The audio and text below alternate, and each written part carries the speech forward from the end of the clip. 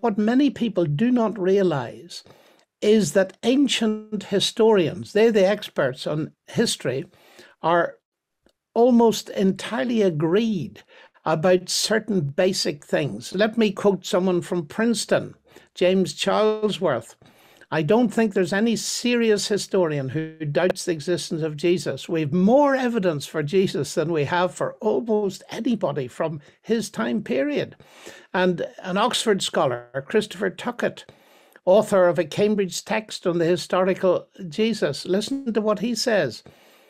All this does at least render highly implausible any far-fetched theories that even Jesus' very existence was a Christian invention. The fact that he existed, that he was crucified under Pontius Pilate for whatever reason, and that he had a band of followers who continued to support his cause seems to be part of the bedrock of historical tradition. And then he adds this, if nothing else, the non-Christian evidence can provide us with certainty on that score.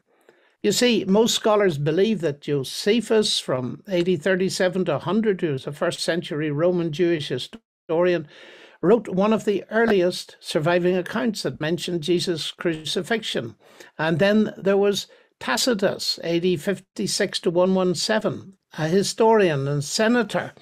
He confirmed this, saying, quote, Christ suffered the extreme penalty, crucifixion, during the reign of Tiberius at the hands of one of our procurators, Pontius Pilate.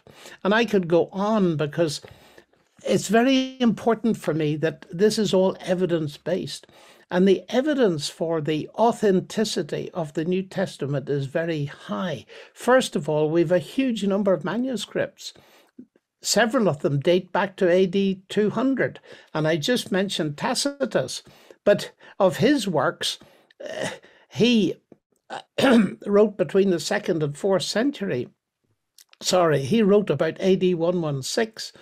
And the first 6 books of his annals survive in only one manuscript, which was copied about 700 years later. And yet no one doubts his authenticity. In fact, the New Testament is one of the most authenticated documents in the world. So that is a wonderful start for anyone wanting to know the basis of Christianity. And what I would say, just in summarizing this, it is amazing even how many atheist historians, what they believe about Jesus. Let me give you one extreme example. Gerd Ludemann, a famous German atheist. He believes Jesus was crucified in AD 30. A few days after his death, his disciples announced he'd risen. They maintained this conviction for the rest of their lives.